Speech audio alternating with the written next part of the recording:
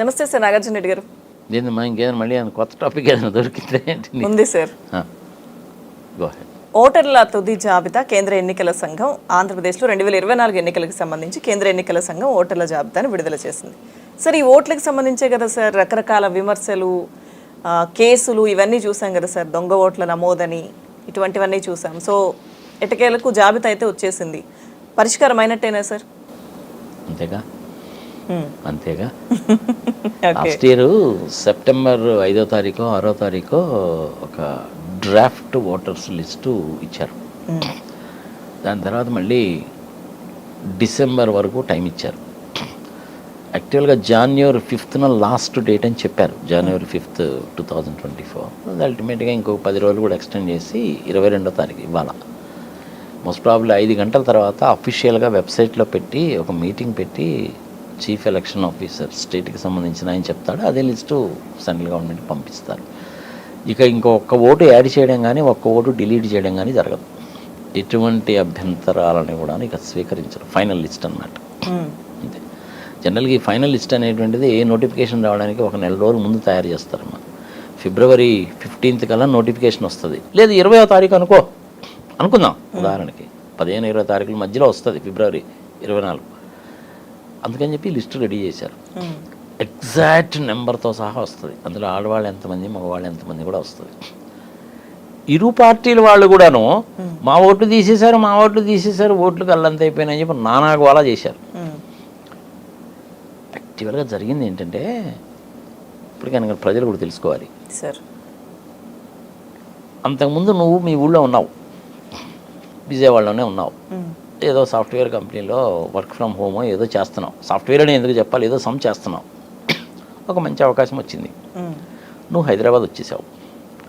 హైదరాబాద్ రాగానే నీ ఆధార్ కార్డు కూడా షిఫ్ట్ చేయించుకున్నావు. పాన్ కార్డులో నీ అడ్రస్ చేంజ్ చేసావు. నీ ఇంటి అడ్రస్ చేంజ్ చేసుకున్నావు. అన్నీ చేంజ్ చేసుకున్నావుగా. పాస్పోర్ట్లో అడ్రస్తో సహా చేంజ్ చేసుకున్నావుగా. ఇక్కడే ఓటు కూడా వేసావుగా. అలాంటప్పుడు నువ్వు మళ్ళీ అక్కడికి వెళ్ళి ఓటు ఎట్టేస్తావు. వెయ్యడం న్యాయమా ధర్మమా? ప్రజల విజ్ఞతగా వదిలేద్దాం. తప్పు, రాజ్యాంగ విరుద్ధం చేయకూడదు. ఇలా చేసినటువంటి వాళ్ళు చాలామంది ఉన్నారు. అందుకని ఇరు పార్టీల వాళ్ళు కూడాను అక్కడన్నా ఓటేసి ఉండాలి, ఇక్కడన్నా ఓటేయి, 2 చోట్ల వేస్తానంటే మటు కుదరదు అనేటువంటిది ఎలక్షన్ కమిషన్ ముందు పెట్టారు. వాళ్ళు దాన్ని తీసుకొని దీన్ని కంపేర్ చేసుకున్నారు. ఈ రోజున నేను ఇక్కడ నా ఓటు క్యాన్సిల్ చేసేసుకుంటే అక్కడికి వెళ్ళి నేను మళ్ళీ ఓటు వేయిస్తాను అనేసి అంటే కూడా కుదరదమ్మా. ఫైనలిస్ట్ వచ్చేసింది. దయచేసి అలాంటి తప్పుడు పనులు చేయకండి. తెలంగాణలో అక్కడ నుంచి వచ్చి 35 సంవత్సరాలు 25 సంవత్సరాల నుంచి ఇక్కడ ఉండి, లేదు ఒక 10 సంవత్సరాల కింద నువ్వు వచ్చినా సరే ఇక్కడ ఎంపీకి ఎమ్మెల్యేకి ఓటు వేసేటువంటి అధికారం నీకు ఉంది కాబట్టి నువ్వు వేస్తున్నావు కాబట్టి నువ్వు ఇక్కడే వెయ్యి. లేదు నేను నా ఓటు అక్కడే ఉంచుకుంటాను కానీ బతకడం ఇక్కడ బతుకుతాను అంటే ఇక్కడ ఓటు ఇవ్వక అక్కడికి వెళ్ళి ఓటు అక్కడన్నా చెయ్యి ఇక్కడన్నా చెయ్యి. ఎక్స్ట్రా తెలివితేటలు చూపించబాక, 2 చోట్ల పోతాయి. దాని కాన్సిక్వెన్షియల్ ఎఫెక్ట్స్ అనేటువంటి చాలా సీరియస్గా ఉంటాయి. దేశ ద్రోహి కింద నేను లెక్క కట్టి ఐపీసీలో ఉండే 124A కింద కేసు పెట్టినా కానీ నువ్వు ఆశ్చర్యపడాల్సిన పని లేదు. Take it very serious. చాలా గట్టిగా చెప్తున్నాను నేను ఇక్కడ ఎమ్మెల్యే ఓటు నేను ఇక్కడ వేసానమ్మా. నేను ఇక్కడే ఉంటాను. గత 7 సార్ల నుంచి నేను ఇక్కడే వేస్తున్నాను కానీ నేను ఎంపీ ఓటు కూడా ఇక్కడే వేస్తాను. అందుకనే నేను మల్కాజ్గిరి కాన్స్టిట్యున్సీ నుంచి ఇండిపెండెంట్గా పోటీ చేస్తున్నానని చెప్పింది. అలాగని చెప్పి నేను ఆంధ్రప్రదేశ్కి వెళ్ళి చేయకూడదా అంటే ఆంధ్రప్రదేశ్కి వెళ్ళి కూడా చేయొచ్చు. నరసరావుపేట నుంచో గుంటూరు నుంచో ఎంపీ క్యాండిడేట్గా చేయొచ్చు. అక్కడైనా 78 లక్షలే, ఇక్కడైనా 78 లక్షలే. ఇక్కడైతే ఒక వ్యక్తి నన్ను సపోర్ట్ చేయాలి, అక్కడైతే 10 మంది చేయాలి. ఇప్పటికి కూడా నా పాస్పోర్ట్లో పర్మనెంట్ అడ్రస్ అనేటువంటిది మా నేటివ్ ప్లేస్దే ఉంటుంది కాబట్టి నేను ఐఎమ్ ఎలిజిబుల్ దేర్ ఆల్సో. కానీ నీతిగా నిజాయితీగా ఎక్కడి నుంచి పోటీ చేయాలి అంటే నేను ఇక్కడి నుంచే చేయాలి. ఇక్కడ ఓటు వేసాను కదా, 5-6 సార్ల నుంచి నేను ఇక్కడే ఓటు వేస్తున్నానుగా. అందుకని నేను ఇక్కడే పోటీ చేయదలుచుకున్నాను. మల్కాజిగిరి కాన్స్టిట్యున్సీ. డబ్బులు ఇవ్వను, మందు పోయను, ఓటు వేయాలి. వేయడం వేయకపోవడం అనేది మీ ఇష్టం. మొత్తానికి ఓటు మటుకు వేయండి అబ్బా ఎవరికొకరికి. అది ప్రతి ఒక్కడో కూడా ఆశయంగా పెట్టుకోవాలి. ఎక్స్ట్రా తెలివితేటలు చూపించబాకండి, దెబ్బతింటారు. మీరు దెబ్బతిండం కాదు, మీ మీద ఆధారపడేటువంటి వాళ్ళు అక్కడ ఊళ్ళల్లో ఎవరైతే ఉంటారో వాళ్ళు దెబ్బతింటారు. అమ్మఒడి కానీ, రేషన్ కానీ, రైతు భరోసా లాంటి ప్రోగ్రామ్స్ కానీ, పెన్షన్లు కానీ ఏవి రావు. ఎవడన్నా కానీ కంప్లైంట్ చేశాడంటే ఇట్ ఈస్ వెరీ సీరియస్. మీ అబ్బాయి లాస్ట్ టైం హైదరాబాద్లో ఉండి హైదరాబాద్లో ఓటేసాడండి, మళ్ళీ ఇక్కడికి వచ్చి ఇక్కడ కూడా అక్కడ క్యాన్సిల్ చేసుకొని ఇక్కడికి వచ్చి ఇక్కడ ఓటేసాడండి నేను కానీ కంప్లైంట్ కనుక చేశారంటే వాళ్ళకి బెనిఫిట్స్ పోతాయి, ఈ పిల్లోడికి బెనిఫిట్ పోతుంది. ఈసారి రూల్స్ చాలా గట్టిగా ఉన్నాయమ్మా. ముందు రూల్స్ ఎలా ఉంటాయంటే ఇక మీదట ఒక్కసారి నువ్వు కనుక ఈ విధమైన ఎక్స్ట్రా వేషాలు వేసావు అనేసి అంటే నీకు ఒక 15 సంవత్సరాల దాకా 3 ఎలక్షన్ల వరకు నీకు ఓటేసేటువంటి అధికారమే ఉండదు. ఆల్రెడీ అట్లాంటి ప్రొవిజన్స్ అనేటువంటిది ఎమ్మెల్యేస్కి ఎంపీస్కి అప్లై చేసేటువంటి కొన్ని ప్రొవిజన్స్ అనేటువంటిది పీపుల్స్ రిప్రజెంటేటివ్ యాక్ట్లో ఆల్రెడీ ఉన్నాయి. మీరు ఇచ్చిన ఎఫిడవిట్లో తప్పుడు ఇన్ఫర్మేషన్ ఇచ్చారనుకోండి 6 సంవత్సరాల దాకా యు ఆర్ డిబార్డ్.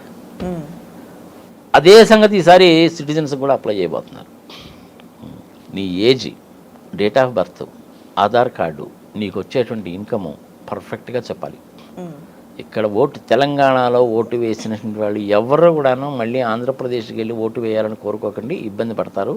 మీ మూలకంగా మీ మీద ఆధారపడ్డటువంటి కుటుంబాలు కూడా దెబ్బతింటాయి. చాలా సీరియస్ కాన్సిక్వెన్సెస్ ఉంటాయి. ఒక రకంగా చెప్పాలంటే దాన్ని ఏమంటారంటే చీటింగ్ అంటారు. ఐపీసీలో చీటింగ్ అంటే చాలా సీరియస్ థింగ్ తెలిసిన. 409 అమ్మా, 420, 409, 120B, 124A దేశద్రోహి ఇలాంటి సెక్షన్ల కింద కేసులు పెడతారు. Be careful. ఎక్స్ట్రా తెలివితేటలు చూపించబాకండి. Be careful. ఇప్పుడు ఫైనల్ లిస్ట్ వస్తుంది.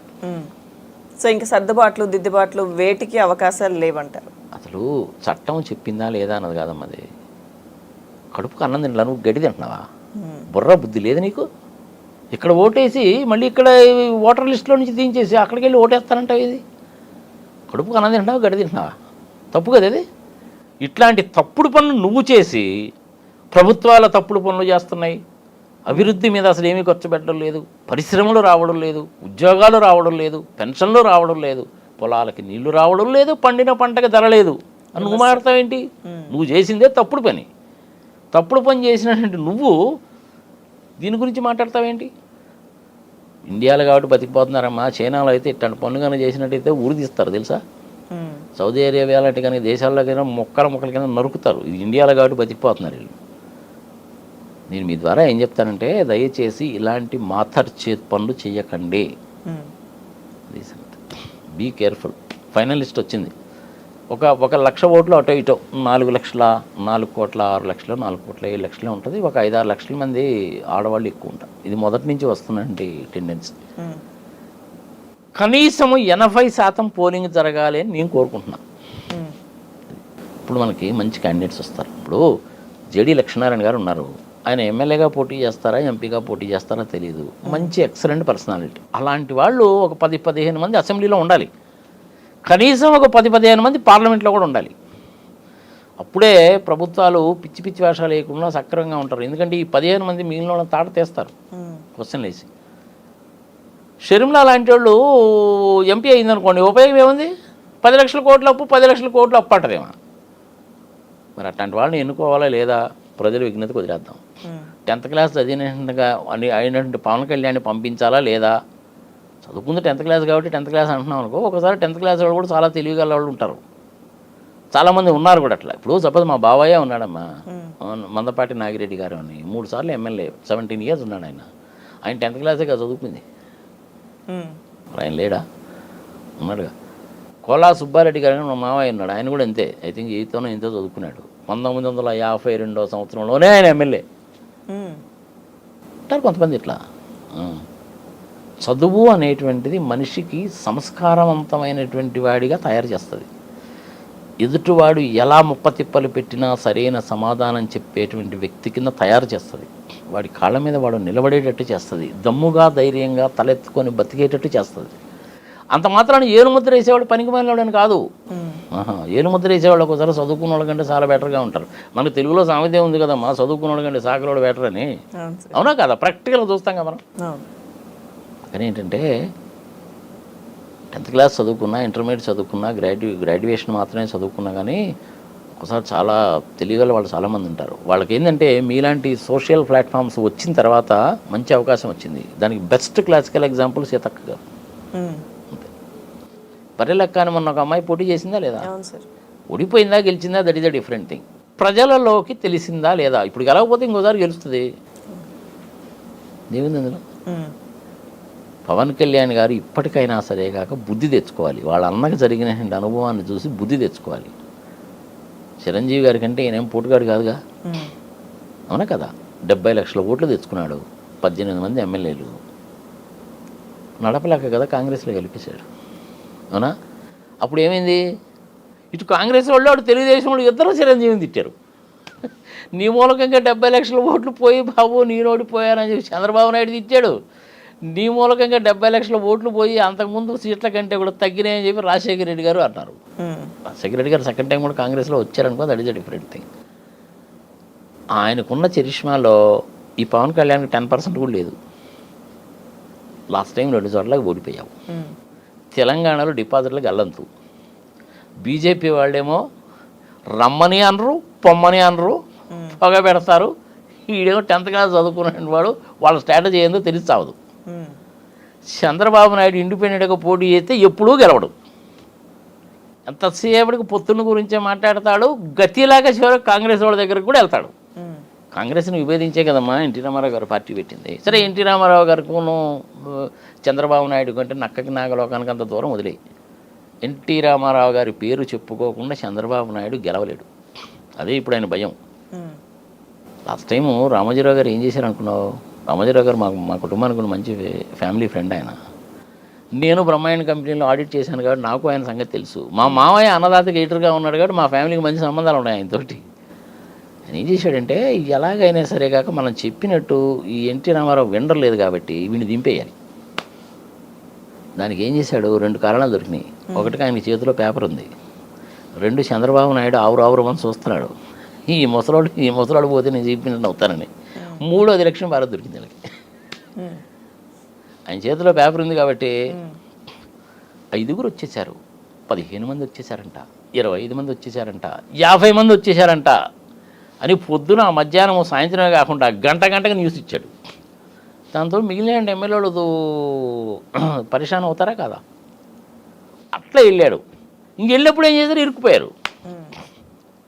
పచ్చి అబద్ధాలు రాశాడమ్మా అప్పుడు మన రామోజీరావు గారు. యాక్చువల్గా 5 ఉంటే ఈయన 50 మంది అని రాశాడు. ఆ సంగతి మరి నీకెట్లా తెలుసండి నాగార్జున గారు అంటారేమో. తెలుగుదేశం పార్టీలో ఉండే చాలామంది నాకు మంచి ఫ్రెండ్స్ కూడా ఉన్నారు. మా ఫ్రెండే ఉన్నాడమ్మా మోతిపల్లి నరసింహం అని, పాపం 5 సార్లు ఎమ్మెల్యే. నీ గవర్నర్ ఇస్తా అని చివరిలో హ్యాండ్ ఇచ్చాడు. తర్వాత తిట్టరాని తిట్టాడు పాపం. ఆడపోయే తర్వాత టీఆర్ఎస్లో జాయిన్ అయ్యాడు. టీఆర్ఎస్ నుంచి మళ్ళీ తర్వాత కాంగ్రెస్లో జాయిన్ అయ్యాడు. అట్లా చంద్రబాబు నాయుడు ఏంటంటే నమ్మిచ్చి మోసము చేయడంలో, గొంతు కోయడంలో మంచి తిట్ట. I'm very sorry to say this. నేను కూడా ఆయనతో కలిసి వర్క్ చేశానమ్మా, నన్ను అపార్థం చేసుకోబాక. నేను, జయప్రకాష్ నారాయణ గారు, హనుమాన్ చౌదరి గారు, మేమందరం కలిసి హైటెక్ సిటీ అప్పుడు బాగా వర్క్ చేశాం. I'm also one of the members who fixed the rate 1,245 rupees per square yard. I know it pretty well being an auditor. ఆ రోజుల్లో చంద్రబాబు నాయుడికి, ఈ రోజుల్లో చంద్రబాబు నాయుడికి అసలు ఎక్కడ పోటీ లేదమ్మా. ఈ రోజుల్లో చంద్రబాబు నాయుడు అంటే ఏంటంటే most dangerous politician of his own kind on this good earth. I'm sorry to say this. Most dangerous politician on this good earth. అందుకనే మోడీ గారి దగ్గర రానిట్లు. ఇటు అవకాశం ఉంటే అటు పోతాడమ్మా. అది వచ్చిన ప్రాబ్లం. నేను ఆయనతో కలిసి వర్క్ చేశా ఫర్ యువర్ ఇన్ఫర్మేషన్. పదవి కోసం ఏదైనా చేస్తాడమ్మాయన. రంగా గారు లాంటి వాళ్ళని లేపేయడం లాంటి పనులైనా చేస్తాడు. విశాఖపట్నంలో కొడికెత్తి లాంటి పని అయినా చేస్తాడు. ఏదైనా చేస్తాడు. ఎంత చేసినా కానీ జగన్మోహన్ రెడ్డి దెబ్బ తట్టుకోవడం కష్టమే. అందుకని ఎంతసేపటికి ఏంటంటే బీజేపీ మీరు రండి, షర్మిల నువ్వు కాంగ్రెస్లో జాయిన్గా, పవన్ కళ్యాణ్ నువ్వు రావయ్యా పిలుస్తుంటాడు అనమాట అందరినీ. ఒక్కడిగా చేసేంత సీన్ ఎప్పుడు లేదని. ఒకప్పుడు మంచి ఎక్సలెంట్ అడ్మినిస్ట్రేటర్ ఆయన, పేరు పోగొట్టుకున్నాడు. మేము కూడాను టీడీపీకి ఓటేసిన వాళ్ళమే. మరి ఇప్పుడు ఇంత ఈ విధంగా ఎందుకు మాట్లాడుతున్నాం? The most dangerous, crooked, illogical, immoral, unethical politician of his own kind on this good earth. ఇంకెంతకంటే స్ట్రాంగ్గా నేను చెప్పలేను. ఎందుకు చెప్తున్నానంటే పర్సనల్ చూశాను కాబట్టి. పోనీ అలాగని చెప్పి జగన్మోహన్ రెడ్డి నన్ను పిలిచి శాలువాగా పన్నీర్ చేయలేడు అనుకుంటున్నాం ఏంది? అది కూడా లేదు. వయా మీడియాగా రాజశేఖర రెడ్డి గారితో కలిసి పనిచేశాను. నేను ఆశించింది లేదు, అంత చేటు నాకు ఆయన ఇచ్చింది లేదు. ఒక్క ఏపీఎస్ఆర్టీసీకి సంబంధించిన విషయంలో ఇద్దరం కలిసి వర్క్ చేశాము. As a consultant I did it. He has respected me lot. అంతే. రాజశేఖర రెడ్డి గారి దగ్గర ఉన్న విషయం ఏంటంటే మనిషి చెప్తే వింటాడు. ఆ ఎక్స్పర్ట్స్ కానీ ఇంకోళ్ళు కానీ చెప్తే ఏమిటంటే ఆ సంగతి నాకేం తెలుసా, మీరు చూడండి బాబు, నేను ఫైల్ మీద సంతకం పెడతానంటాడు. ఈ చంద్రబాబు నాయుడు ఆ టైపు కాదు. అన్ని విషయాలు నాకే తెలుసు, నాకంటే నీకు ఎక్కువ ఏం తెలుసు, నేను చెప్పాను నువ్వు చేయి అంటాడు. ఆ 371 కోట్ల విషయంలో కూడా అంతే. అదే చివరికి ఆయన కొంప ముంచింది. సరే, ఇప్పుడు ఫైనల్లీ ఓటర్ల లిస్ట్ వచ్చేసింది కాబట్టి ఇంకా దీని మీద ఎవరు ఏం మాట్లాడే అవకాశాలు లేవా? ప్రశాంతంగా ఎన్నికలకు వెళ్ళిపోవడమేనా? ప్రశాంతంగా ఎన్నికలకు వెళ్ళిపోవడమే. మీ ఓటు ఉందా లేదా చూసుకోండి, అర్జెంటుగా ఒక ప్రింట్అవుట్ తీసి పెట్టుకోండి. రేపు పోలింగ్ బూత్కి వెళ్ళినప్పుడు ఆ ప్రింట్అవుట్ తీసుకెళ్ళండి, మీ ఆధార్ కార్డు కూడా తీసుకెళ్ళండి. ఎమ్మెల్యేకి సపరేట్ కౌంటర్ ఉంటుంది, ఎంపీకి సపరేట్ కౌంటర్ ఉంటుంది, రెండింటికి సపరేట్ కంట్రోల్ యూనిట్స్ ఉంటాయి. ఈవీఎంలు ఎక్సలెంట్గా పనిచేస్తాయి, అనుమానాలు వద్దు. స్లిప్ కూడా బయటకు వస్తుంది. ఆ స్లిప్ మీరు జేబులో వేసుకోవడానికి కుదరదు, ఆ స్లిప్ లోపలే పడిపోతుంది. మీరు చూసుకోండి. లాస్ట్ టైం ఎందుకు చెప్తున్నానంటే, లాస్ట్ టైం చంద్రబాబు నాయుడు గారు బయటకు వచ్చి నేను ఎవరికి ఓటేసానో నాకే తెలియలేదు అన్నాడు. మరి ఈయన చూసుకోవద్దా? హైటెక్ పర్సనాలిటీ అంటాడు, ప్రపంచం అంతా తిరిగారంటాడు, అసలు మీ అందరికి సాఫ్ట్వేర్ నేనే నేర్పించారంటాడు, సత్యాన్ని ఆదండకి సాఫ్ట్వేర్ నేర్చుకోమని నేనే చెప్పానంటాడు. ఇంత చేడు చెప్పినాయంటే ఆయన ఓటు స్లిప్ చూసుకోవద్దామా? ఏదో పాపం ముసలాయన ఈ మధ్య ఏంటంటే కొంచెం ముసలితో ఏజ్ పెరిగే కొద్దీ మతిమరుపు ఎక్కువ వస్తుంది కదా. అది చంద్రబాబు నాయుడుకి అసలు ముందు వచ్చినట్టుంది అంతే, అందుకంటే జస్ట్ టేక్ ఇట్ లైట్గా తీసుకోండి, పెద్ద సీరియస్గా ఏం కాదు. కానీ ఈవీఎంల మీద అనుమానాలు పెట్టుకోవద్దు. పాయింట్ నెంబర్ 1, మీరు ఎవరికి ఓటు వేస్తున్నారనేటువంటిది ఒళ్ళు దగ్గర పెట్టుకొని జాగ్రత్తగా ఆలోచించి ఓటేయండి. మీరు ఓటు వేసే ఎన్నుకోబడేటువంటి ఎమ్మెల్యేల మూలకంగా, ఎంపీల మూలకంగానే మీ కుటుంబాలు, జీవితాలు, భవిష్యత్తు ఆధారపడి ఉంటుంది. ఓటు వేయడం అనేటువంటిది మీకు ఇచ్చిన హక్కుని బాధ్యతగా స్వీకరించి ఓటేయండి. 80-85% తగ్గకుండా ఓట్లు పడాలి. ఎమ్మెల్యే సంబంధించినటువంటి మిషన్ వేరే ఉంటుంది, ఎంపీకి సంబంధించిన మిషన్ వేరే ఉంటుంది. జాగ్రత్తగా ఓటు వేయండి. 1 గంట సేపు క్యూలో నిలబడైనా సరే ఓటు వేయండి. ఆల్రెడీ మీరు తెలంగాణలో ఓటు కనుక వేసి కనుక ఉన్నట్టు కనుక అయితే రేపు ఎంపీ ఎలక్షన్ కూడా ఇక్కడే ఓటేయండి. కానీ ఎక్స్ట్రా తెలివితేటలు చూపించబాకండి, వీపులు పగులుతాయి. చాలా సీరియస్ కేసు అది. 409, 124A, 120Bలో కేసులు కూడా పెడతారు. Be careful. Okay sir, thank you sir, thank you.